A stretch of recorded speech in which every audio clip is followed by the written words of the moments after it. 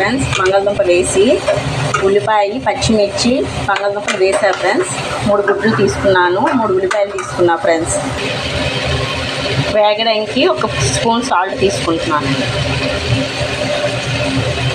చిటికెడు పసుపు. బంగాళదుంప వేగిపోయింది. ఇప్పుడు గుడ్డ వేస్తున్నాను నేను.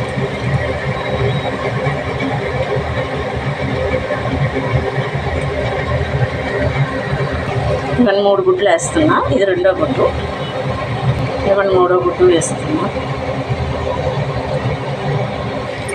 ఇలాగా బాగా కలుపుకున్నాక బాగా ఎగిపోయింది కదండి. చూడండి బాగా ఎగిపోయింది కదా. ఇప్పుడు కారం వేస్తామండి దించే ముందు. చూడండి ప్లస్